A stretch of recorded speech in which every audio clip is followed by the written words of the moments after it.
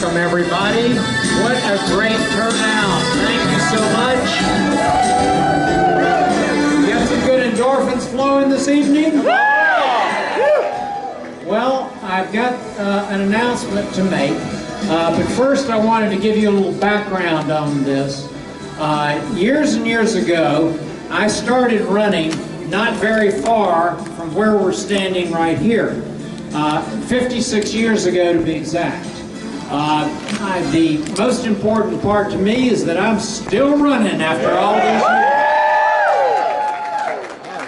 years. Over the years, I've been very fortunate to be associated with a lot of the key events and a lot of the key individuals in our sport. And I'll tell you, this is a great treasury for me. I was able to gradually improve from being a fat 13-year-old kid to gradually getting into better shape. And it may surprise you who follow high school sports, but I did not qualify for the state championships in Georgia until my senior year, 5 years after I started running. It was all about not giving up, which I parlayed into my continuing career. But let me tell you why I continued to run. First of all, the friendships. From the very first day,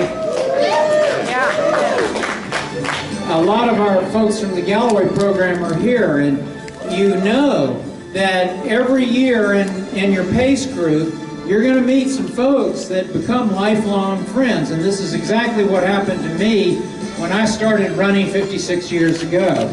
I really did not enjoy the experience at first. I was severely out of shape. I hurt, but I knew that something was going on up here in the brain, and the research now backs it up.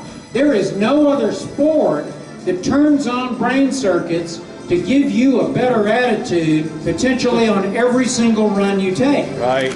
There is no other sport that turns on the vitality circuit to give you more energy after you have run than before. And there is no sport that empowers you to do so many things. And that gets into the vision that I had for what I'm about to tell you about.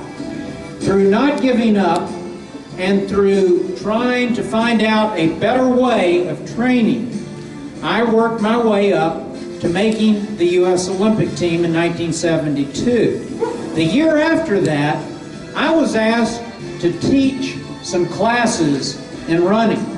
And what I wanted to do is bring the same feeling of empowerment that I was receiving to others. And I'm proud to say that we're doing that today, and you're part of this process, because I know that every one of you is going to go out there and recruit 3 or 4 more.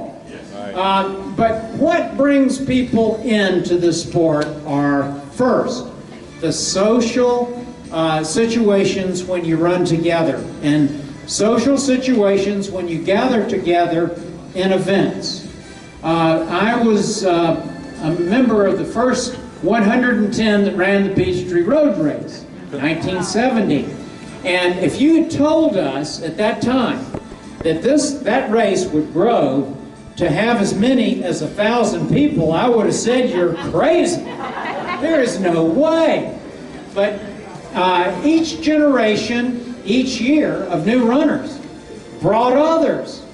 And this is how these races grow. Today I want to tell you about a vision that I had years ago. And that is, we have a wonderful city. We have a beautiful area in the Midtown area, particularly because of Piedmont Park, and particularly because of the conservancy that supports Piedmont Park.